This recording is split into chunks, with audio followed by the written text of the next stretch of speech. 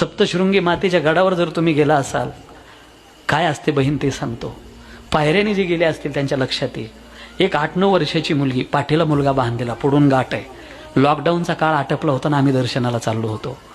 तर त्या मुलीला दम लागायचा, तोही चांगला 4-1 वर्षाचा. हुसाटे टाकायचे. मी थोडा कवळ्या अंतकरणाचा आहे, माझं रडू जवळ आहे. आणि मी त्या पोरीला म्हणलं, ए बाळ तुला बोजाल झाला राव, मी घेऊ का? त्या पोरीनं माझ्याकडे पाहिलं, हा ओळखीचा आणि पाळखीचा, ह्याच्याकडे कसं द्यायचं. परत ती सुरू झाली चालायला. आम्ही तिच्या मागच चाललो होतो. एक जागेवर टन आहे असा, वरून पत्र टाकले बघा, आणि तिथं तिला बसायचं होतं. काय केलं त्या पोरीनं, बसता येईनं, तो लोंबलेला होता.